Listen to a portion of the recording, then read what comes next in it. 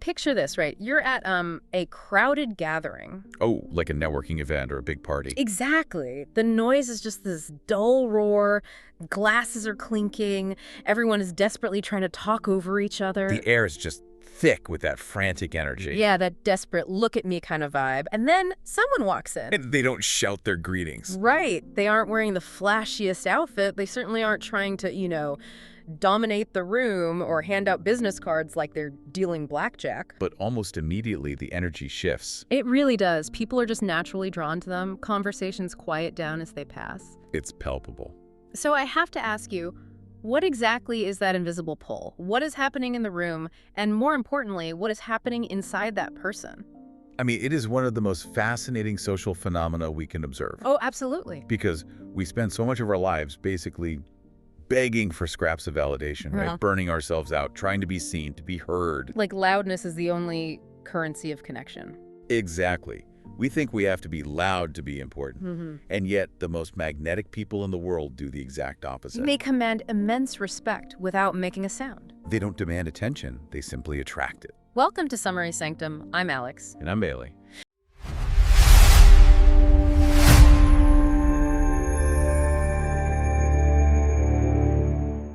Today, our mission is to completely unpack the psychology, the neuroscience, and the ancient Stoic philosophy behind this elusive concept of silent attractiveness. We've gathered a really fascinating stack of research for this deep dive. Yeah, we're looking at everything from Harvard cognitive neuroscience studies and evolutionary biology all the way back to the foundational writings of Roman emperors. And Greek philosophers, too.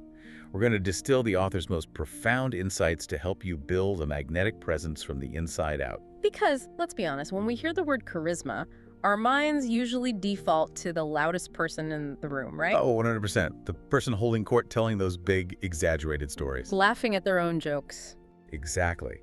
But the book makes a hard, deliberate pivot away from that theatrical definition right out of the gate. And that pivot is grounded in some truly eye-opening behavioral science, isn't it? It really is. Most of us approach social interactions like we're writing a script for a play. Like we're memorizing lines. Right. We obsess over the dialogue. We think, if I memorize these 3 interesting facts about my industry, or if I have this perfectly crafted, witty remark ready to go, people will be impressed. But the authors draw on Dr. Albert Mehrabian's foundational communication research to completely dismantle that script-first approach. Okay, so what does Mehrabian's research actually show? Well, most people focus entirely on what to say, completely missing the biological reality of human connection. Which is? Mehrabian's research reveals that a staggering 93% of attractiveness and emotional communication is nonverbal. Wait, 93%? 93%. I mean, that statistic sounds almost too extreme to be true until you really break it down. How does that actually divide up? The breakdown is where it gets really actionable. According to the research, 55% of the message we receive from someone is attributed entirely to their body language. So that's their posture, their facial expressions, the tension in their shoulders. Exactly. And then another 38% comes from vocal qualities. So that isn't the vocabulary they use, right? No, not at all. That is the cadence, the pacing, the pitch, the resonance of their voice. Wow. So the actual semantic meaning of the words you're saying. That accounts for a mere 7% of your perceived attractiveness and emotional impact. So we spend basically 99% of our anxiety obsessing over the 7% that barely moves the needle. It is wild to think about. It means you could be reciting the dictionary or, I don't know, reading a grocery list. But if your body language is grounded and your vocal tone is locked in, people will be absolutely captivated. They really will. But let's dig into the why here. Why would human communication evolve that way? It's a great question. Because it seems inefficient to have developed this incredibly complex system of language, only to rely mostly on physical posture to decide if we like someone. To understand the why, we really have to look at the timeline of human evolution. Okay, take us back. Spoken, complex language is a relatively new software update for the human brain. Right. But for millions of years before we were debating philosophy or sending carefully worded emails, our ancestors had to survive on the savannah. In a brutal, high-stakes environment. Exactly. You didn't have time to interview someone to find out if they were a threat, a liability, or a valuable ally. You had to know instantly. You had to look at their physical tension, the openness of their hands, the steady rhythm of their breathing, to instantly gauge their intent and their capability. And our nervous systems are still running that ancient hardware today. We absolutely are. That makes so much sense. We are still scanning the horizon for threats, even if the horizon is just a corporate boardroom. Exactly. It's the same biological mechanism. It makes me think about that loud, attention-seeking person we mentioned earlier. To me, they are like a cheap firework. Oh, I like that analogy. Right. Bright, startling. They make everyone look up for exactly 3 seconds because they trigger our startle response. But then they fade into smoke. Yeah, and you're left kind of annoyed by the loud noise.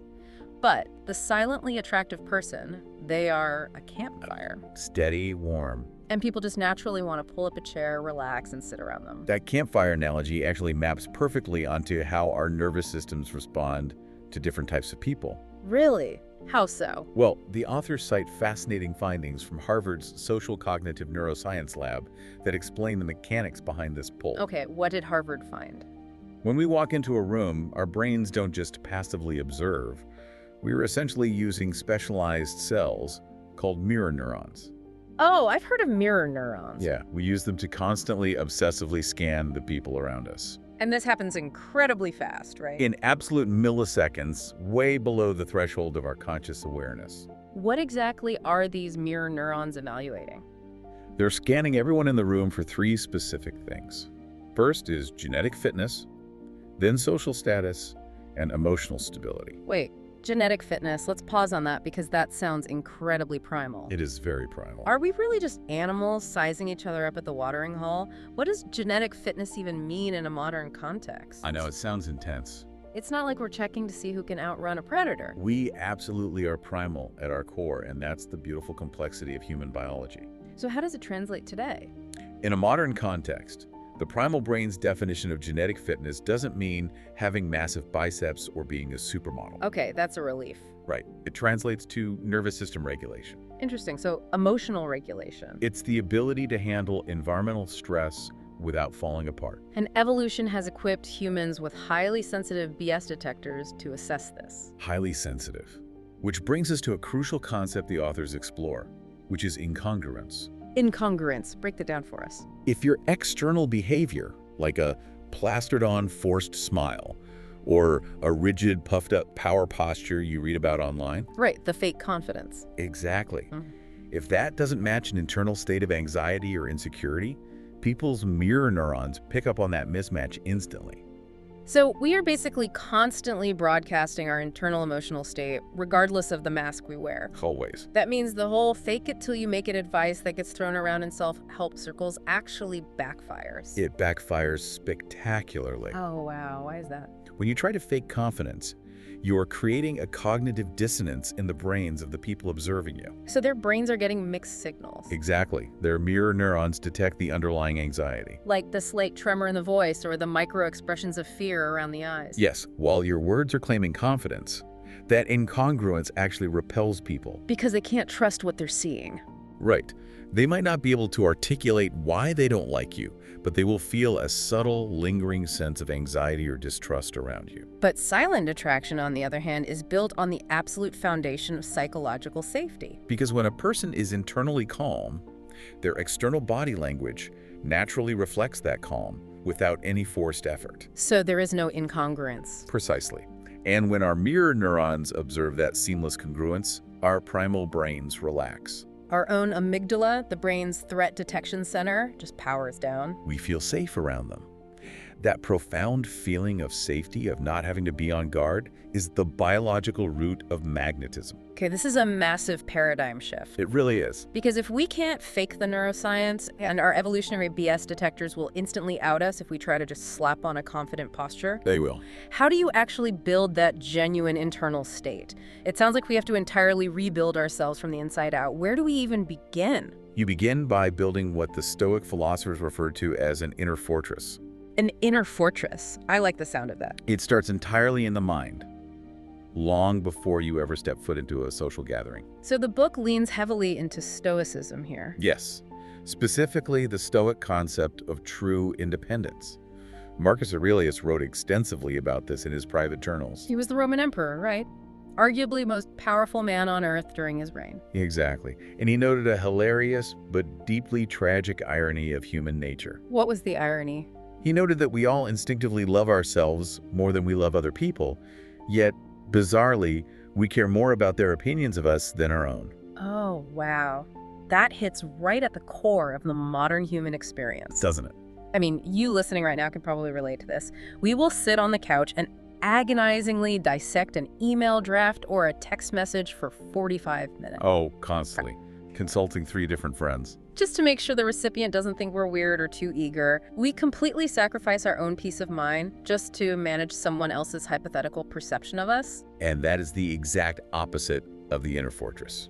So true independence is reversing that imbalance. Yes.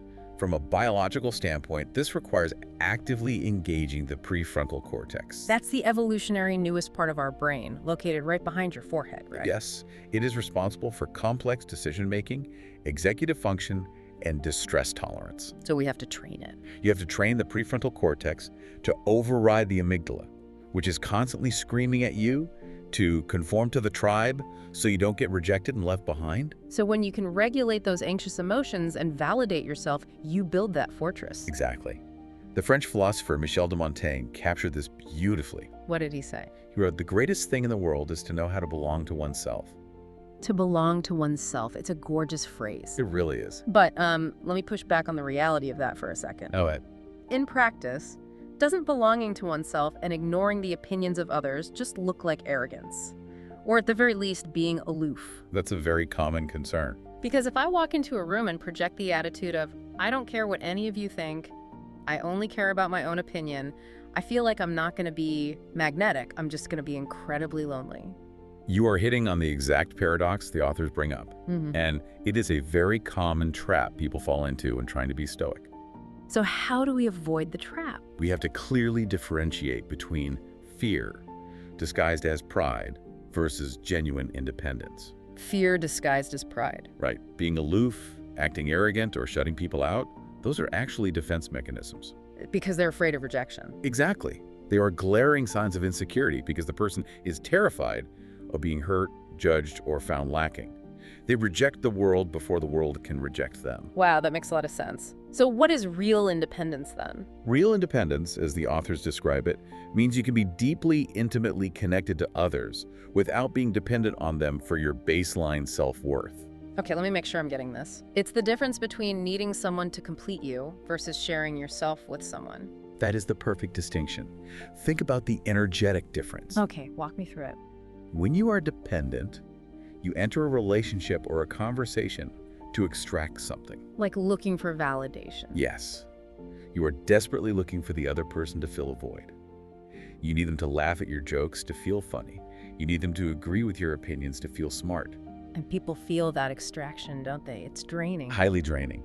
But when you belong to yourself, you are entering the interaction to share your already complete self. Because you don't need anything from the other person. Not their validation, not their approval, not their networking connections, and that completely neutralizes the anxiety of the interaction. You become that campfire, a safe, grounding presence that asks nothing but offers warmth. Beautifully said. I love the theory of that. But how does someone actually practice this? It takes work. Because society is literally designed, algorithmically, culturally, professionally, to make me care about likes, followers, performance reviews, and social climbing. We are swimming in a sea of dependency. We are. But the book offers a highly actionable takeaway for you to start rewiring this today. Oh, I'm ready. What is it? The practice of stress inoculation. Stress inoculation. It's a concept used in cognitive behavioral therapy and military training. It's about voluntarily exposing yourself to manageable micro levels of discomfort. To build the mental muscle of self-trust and distress tolerance? Exactly. So it's like a vaccine for social anxiety. You introduce a deadened version of the virus so your immune system learns how to fight it. That is exactly how it works. The ancient Stoics used to do this to extremes. Like who? Seneca, for example, who was incredibly wealthy, would intentionally spend a few days every month wearing his cheapest, most ragged clothes and eating only stale bread and water. Just to prove he could handle it. Yes. He did this to prove to himself that his worst fear, poverty and social judgment, was actually entirely survivable. Now, In the modern world, I'm assuming your stress inoculation doesn't have to be that dramatic. Thankfully, no. It can be as simple as taking a 45-minute solo walk without your phone, without podcasts, without music. Oh man, just you and your own unedited thoughts. Which, for a lot of people today, is utterly terrifying. The silence is deafening. It is terrifying at first because we use constant input to avoid ourselves. Exactly. Another method is making a small daily choice, like what outfit to wear to an important event or what new hobby to try, without asking a single person for their input. No checking online reviews either. No checking reviews, just make the choice and stand in it. So by leaning into these small moments and sitting in the minor discomfort of trusting only yourself, you physically strengthen those neural pathways. Yes, in your prefrontal cortex. You learn on a bodily level that you can stand alone in your choices, face the mild judgment of the world, and you do not die. The world doesn't end. Order the weird appetizer that no one else wants. Wear the jacket you love, even if it's not currently trending on social media. I love that. It's like doing reps at the gym, but you're building the muscle of your own inner fortress. But having that inner fortress is invisible, right? If I'm perfectly calm on the inside, but my body hasn't caught up, say I'm still jittery because I just drank 3 espresso shots, people's BS detectors are still going to go off. They definitely will. So how does that internal emotional state actually translate into the physical space you occupy? What does the outside look like? This is where we cross the bridge into the physicality of magnetism. Okay, let's cross it. Once the mind is anchored, the body must follow suit. And the authors draw on a concept used heavily in martial arts and performing arts known as centering. Centering. Yes. Yeah. It's about highly purposeful movement. Most anxious people move from peripheral tension. Think about the twitchy shoulders, the constantly tapping foot, the stiff neck, the hands fluttering around the face. Exactly. All of their physical energy is trapped in their extremities. So what does centering look like? Centering requires moving from a stable, grounded center of gravity, which biomechanically is located just below the navel in the human body. So we're talking about putting an end to pacing around the room like a caffeinated squirrel. Precisely. When you move from a grounded center, your steps naturally become unhurried and deliberate. You aren't rushing to get out of the way. You develop a relaxed, expansive posture, shoulders slightly back, chest open. And breathing deeply into the diaphragm rather than shallowly into the chest. And here is where the hard science comes back into back up the martial arts philosophy, right? Yes. Maintaining an open, relaxed posture physically alters your blood chemistry. It stimulates the vagus nerve, which signals the parasympathetic nervous system to downregulate. So this actually lowers your cortisol levels, the primary stress hormone. And it can raise your testosterone, which is associated with confidence, assertiveness, and risk tolerance in both men and women. So it's a bidirectional feedback loop. Your calm mind creates a calm posture, but if you're feeling nervous, intentionally adopting that expansive, centered posture literally forces your body to manufacture a calmer, more confident internal state. You are weaponizing your own biology to force a state of calm. That is incredible. But what about the specific mechanics of the face? Oh, the face is crucial. Specifically, eye contact. Because I feel like there's a razor-thin line between magnetically attractive presence and creepy, unblinking staring contest. It is a very fine line, and it's where a lot of people trying to be alpha get it completely wrong. So how do you do it right? The mechanics of attractive eye contact are all about the rhythm of connection and release. It is not an interrogation. Right. It's holding a gaze long enough to show genuine engagement, warmth, and presence, and then breaking that gaze naturally and smoothly to relieve the psychological pressure. It should feel like a rhythmic dance. You maintain eye contact when you are listening to show that you deeply care about what they are saying. And you naturally let your eyes drift away slightly when you are processing a complex thought or formulating your response. Yes. It signals that you are thinking, not just hunting them with your eyes. You know what this entire physical presence piece reminds me of? What's that? It's like dressing with true intent or cultivating a subtle signature scent. Oh, that's a great comparison. I always think of personal style and scent like a great movie score. Yeah. A movie score shouldn't be so loud and bombastic that it distracts you from the actor's dialogue. Right. If you were noticing the music more than the story, the composer failed. But a brilliant score subconsciously elevates the entire emotion of the scene. When someone has a signature scent that you only catch when you lean in close, or a really well-tailored but incredibly simple outfit, it doesn't scream for attention. Does it distract? But it elevates the whole experience of being in their orbit. That is a beautiful metaphor, and it connects directly to the Japanese aesthetic philosophy of wabi-sabi, which the authors explore in depth. Wabi-sabi. Yes, wabi-sabi is the profound appreciation of beauty in imperfection and impermanence. So it is the absolute antithesis of the flawless, airbrushed, hyper-branded aesthetic we see dominating social media today. Exactly. So it's not about wearing a stiff $3,000 suit that you're terrified of wrinkling all night. That just signals anxiety about the clothes. The wabi-sabi approach to personal presentation embraces the lived-in reality of being human. A slightly worn, high-quality leather jacket, a natural, unforced smile that reveals real wrinkles around the eyes. Hair that isn't perfectly slicked down to the millimeter. These imperfections are powerful because they signal authenticity and ease. And when you pair that ease with genuine cleanliness, well-fitted clothes, and perhaps that subtle signature scent, it sends a message of deep self-respect. Socrates famously advised his students to be as you wish to seem. Taking care of your physical presentation isn't about vanity or trying to impress the room. It's a nonverbal, physical manifestation of the inner fortress. It tells the world, and it reminds yourself, I have my life in order. I respect myself enough to show up properly. I respect myself enough to show up properly. That is the key. I really like that distinction. It shifts grooming from a performance for others into an act of self-love. But here's where the book takes a turn that I found really interesting. Oh, the pivot to silence. Yes. We've talked extensively about how to occupy physical space, how to stand, how to look, how to breathe.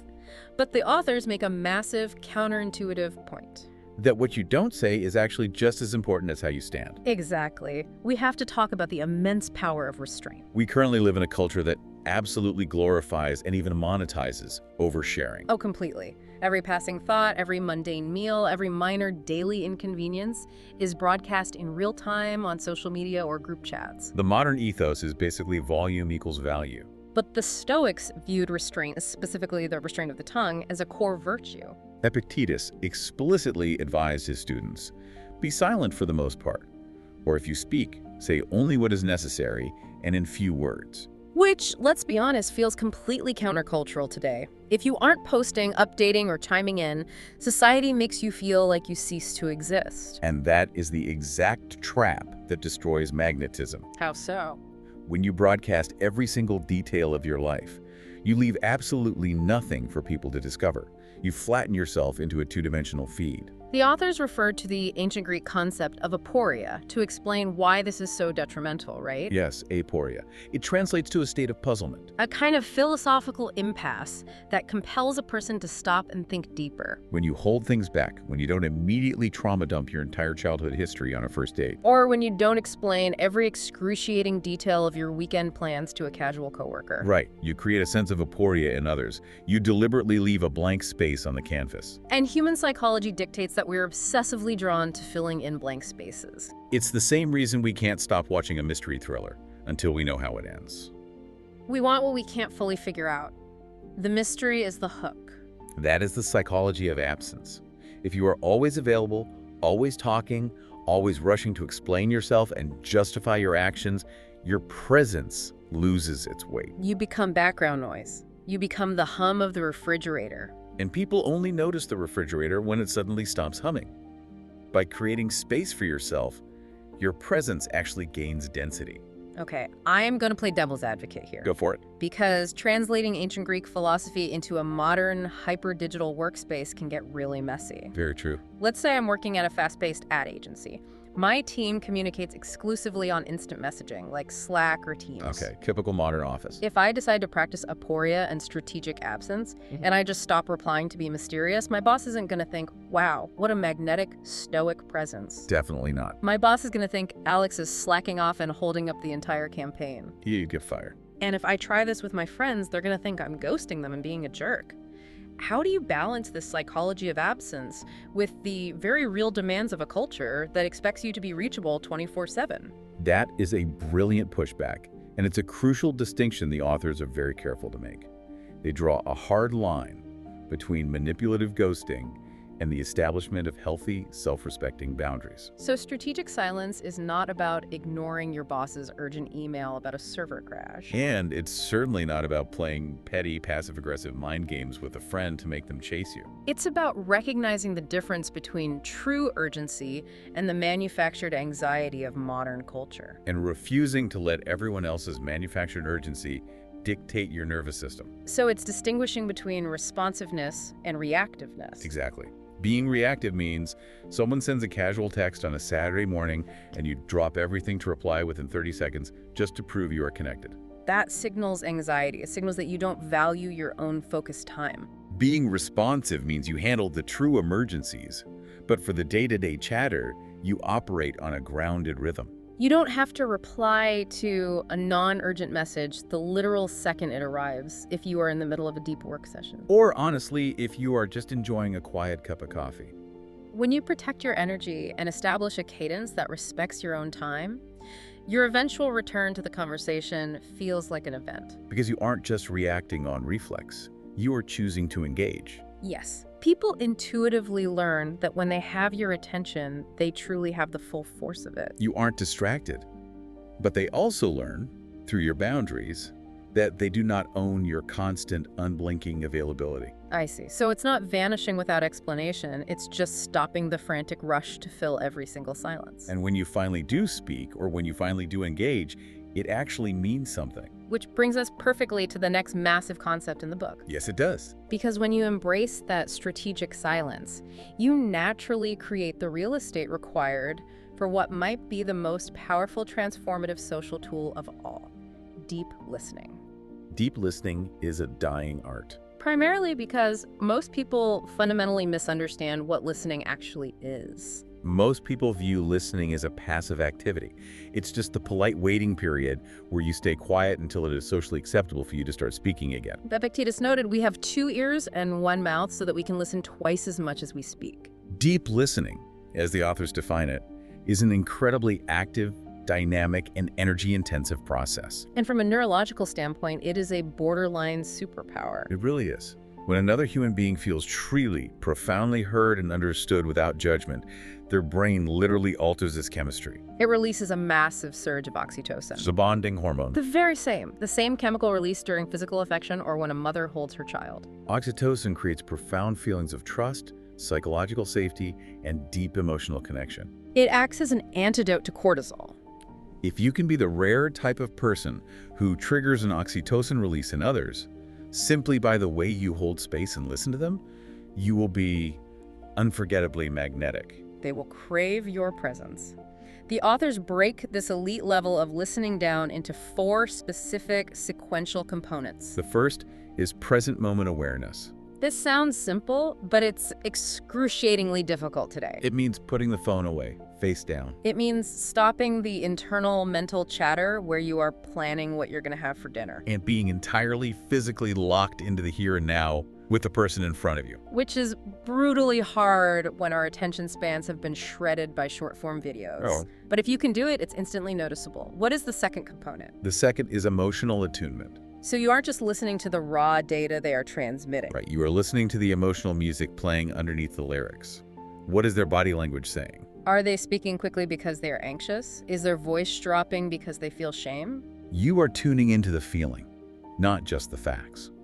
The third component is curiosity without judgment. This is where most people fail. It requires consciously suspending your own ego's urge to jump in and fix their problem. Or to evaluate their life choices and offer unsolicited advice. You aren't a judge.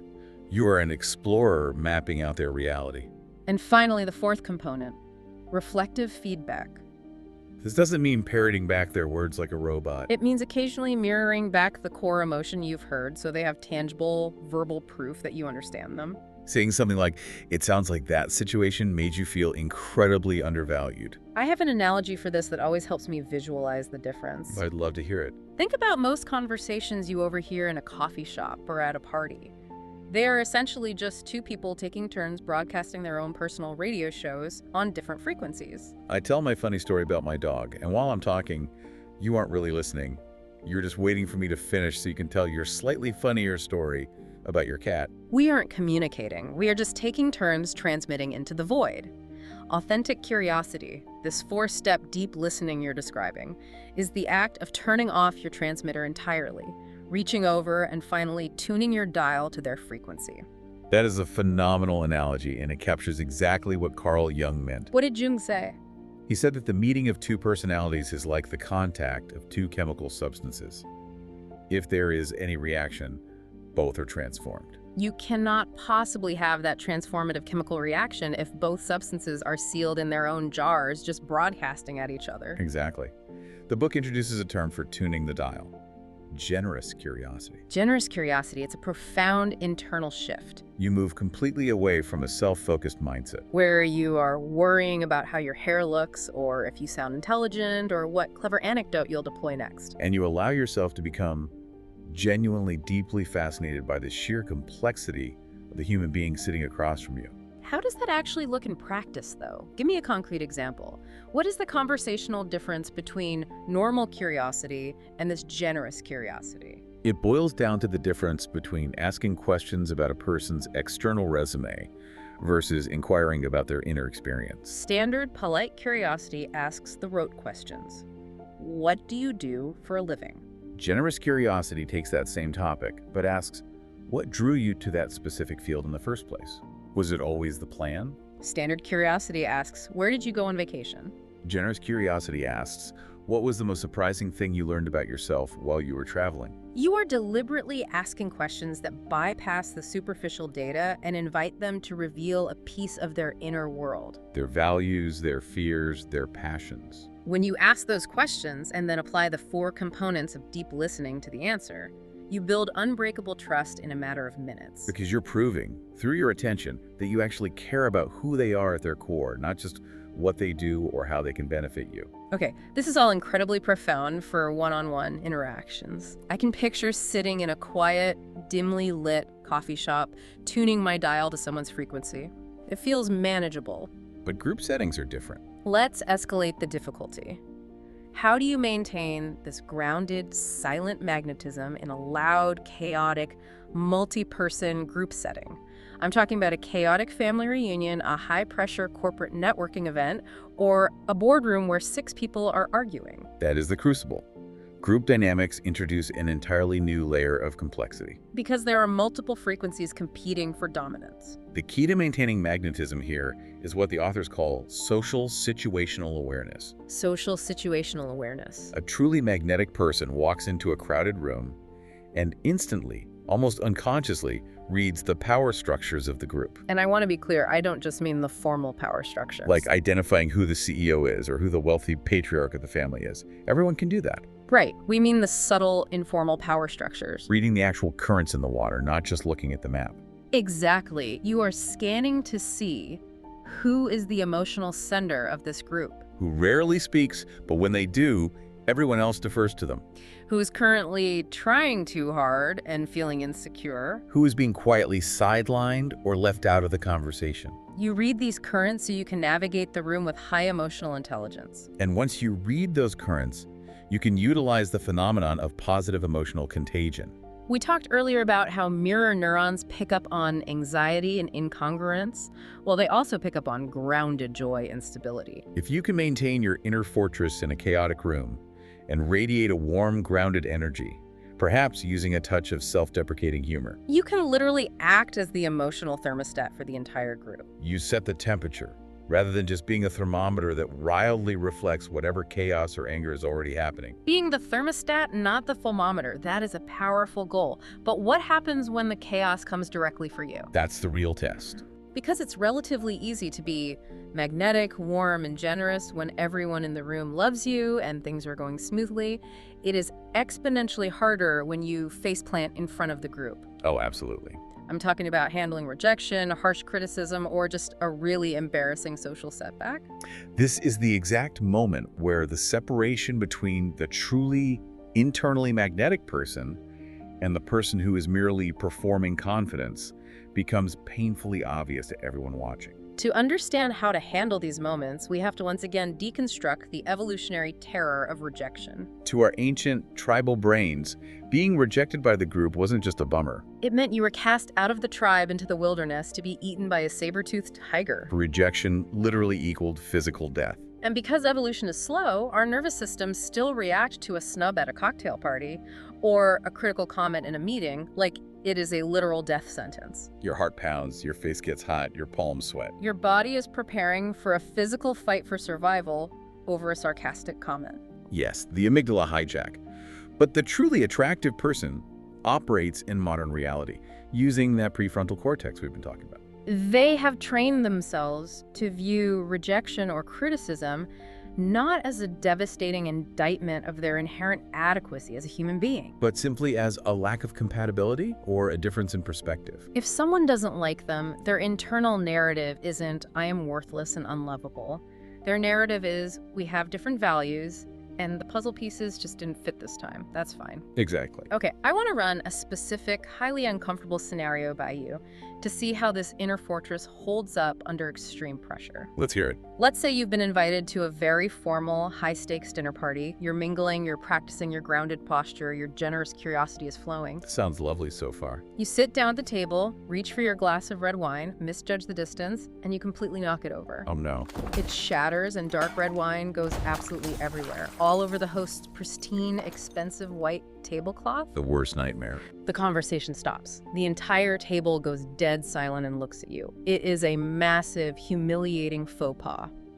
How does the silently attractive person handle that exact moment without instantly losing all of their magnetism? That is the ultimate stress test. To understand the magnetic response, we have to look at what the average person does in that nightmare scenario. Most people immediately fall into catastrophizing. Their tribal brain takes over, screaming that they have angered the group and are about to be exiled. So they overcompensate. They launch into a frantic 5-minute groveling apology about how incredibly clumsy and stupid they are. They might physically shrink down, dropping their shoulders, frantically dabbing at the stain while continuing to berate themselves. And ironically, by doing that, they make everyone else in the room deeply uncomfortable. Now, the host isn't just dealing with a ruined tablecloth. They have to manage the emotional burden of comforting the person who spilled the wine. They have to say, oh no, really, it's fine, don't worry about it, it happens to everyone. You're essentially forcing the group to validate you to soothe your own ego. That is exactly the core issue. Groveling is an extraction of emotional energy from the room. What about the other common reaction? Defensiveness. The person's ego can't handle the embarrassment, so they try to shift the blame to protect themselves. They mutter something like, well, who put that glass so close to the edge of the table anyway? Or this chair bumped my elbow? They refuse to take ownership, which signals to the group that they are emotionally fragile and unsafe to be around when things go wrong. Okay, so groveling makes you an emotional burden, and defensiveness makes you fragile. What is the third option? How does the campfire deal with the spilled wine? The magnetic response is rooted in radical acceptance and immense emotional resilience. You do not catastrophize because your prefrontal cortex knows that a spilled glass of wine is not a saber-toothed tiger. It is just a mistake. So instead of shrinking or deflecting, you maintain your grounded posture. You acknowledge the mistake immediately, calmly, and with full ownership. How exactly? What are the actual words they use? You inject a tiny amount of appropriate self-deprecating humor to break the suffocating tension in the room, and then you pivot instantly to the practical solution. Like what? You might look at the host, give a warm, genuine smile, and say, well, I suppose it was entirely too much to hope that I would make it through this elegant evening without attempting some impromptu interior decorating. That's great. Then you follow it with, I am so incredibly sorry about the tablecloth. Let me help get some salt and club soda on this right away. That completely changes the temperature of the room. You've owned it, you've apologized sincerely, but you haven't sacrificed your dignity. You haven't begged for their forgiveness. And then, and this is the most crucial part of the entire sequence, once you have helped clean it up, you move on. You do not bring it up again. You don't spend the rest of dessert apologizing. You don't bring it up as a joke an hour later. You do not let the spilled wine become your identity for the rest of the night. By handling your own failure with that level of grace and detachment, you signal immense emotional resilience to the group. you actually become vastly more attractive in that moment than you were before the glass broke. Because everyone at that table is secretly terrified of making a mistake themselves. And when they watch you handle a messy failure without falling apart or attacking anyone, their nervous systems relax. They realize, oh, this person can handle chaos. They are safe. The mistake actually becomes an opportunity to demonstrate the inner fortress in real time. But to be able to pull that off, to sustain all of these traits, the emotional regulation, the grounded physicality, the deep listening, the grace under pressure over a lifetime, that takes immense energy. It does. So it doesn't just become an exhausting temporary performance that you put on for parties. You need an engine to power it. And the book argues that this underlying engine is continuous personal growth. To illustrate that engine, the authors turn to the brilliant psychologist Carl Jung, who stated, "You are what you do, not what you say you'll do." The foundation of everything we've talked about today, the stoicism, the posture, the listening, is building real, unshakable inner confidence through actual measurable competence. You cannot life hack your way into genuine confidence. You cannot read a quote on social media and suddenly possess an inner fortress. You have to earn it from yourself through action. By embracing what the authors referred to as productive discomfort. Productive discomfort is the habit of pushing yourself just slightly outside your comfort zone continually in the quiet moments when no one is watching. Whether that is putting in the grueling hours to learn a complex new skill, having a difficult, honest conversation with a partner that you've been avoiding, or simply having the discipline to stick to a fitness routine when you are tired. When you consistently keep the hard promises you make to yourself, you build a track record of reliability within your own psyche. you learn that you can count on yourself. And as the authors point out, in a modern world that is incredibly flaky, where everyone cancels plans via text at the last minute because they aren't feeling it, fundamental reliability is a quiet, world-changing superpower. I want to really emphasize a point here for you listening because it ties the entire philosophy together. True attractiveness, the kind of deep, silent magnetism we are talking about today, isn't a destination you arrive at. It's not a video game where you beat the final boss, unlock the charisma achievement, and now you're permanently magnetic forever without any effort. It is a daily lifestyle of intrinsic motivation. You don't read these ancient philosophy books or go to the gym or practice stress inoculation and deep listening just to impress a date or manipulate a boss into giving you a promotion or win over a room. You do it to belong to yourself. You do it because you profoundly respect the one life and the one mind you've been given. And if we pull back and connect this to the biggest picture of all, when you live that way, driven by intrinsic growth rather than external validation, you develop what humanistic psychologists call unconditional positive regard. Because your own emotional cup is full, from your daily self-care, your continuous learning, your self-respect, your inner fortress, you no longer enter social rooms looking to take energy, attention, or validation from others. You enter rooms overflowing, ready to give energy. You become a person who makes others feel more grounded, more heard, and more alive simply by being in their presence. You are the campfire. So let's bring this all together and distill the massive journey we've been on today. Silent attractiveness is not a cheap trick. It is not a pickup line you memorize. It's not a rigid power pose you hold in the bathroom mirror for 2 minutes before a meeting to trick your brain. It is the natural, inevitable biological byproduct of doing the hard internal work. It's the beautiful result of mastering your emotional regulation, cultivating a grounded physical presence, practicing strategic restraint and aporia, mastering the art of deep, generous listening. And maintaining a relentless commitment to your own growth and competence. It is ultimately the profound shift from performing for the world to truly inhabiting yourself. When you inhabit yourself fully, the world can't help but notice. Exactly. You stop acting in the play and you become the theater itself. I love that. I want to leave you with a final, mind-bending paradigm shift to mull over today as you go back to your life. In a world that is desperately, constantly screaming, "Look at me, validate me, pay attention to me, agree with my opinions." The most rebellious, the most magnetically attractive, and the most unforgettable thing you can possibly do today is absolutely nothing. Next time you enter a crowded room, a meeting, or a party, don't announce your presence. Don't scramble for the metaphorical microphone. Don't rehearse your opening line. Just breathe deep into your center. Observe the currents in the room. Feel the solid floor beneath your feet, and let the room come to you. If you build the fortress, they will feel the shift. They always do. Thank you for taking this deep dive with us today. Until next time, keep building your inner fortress.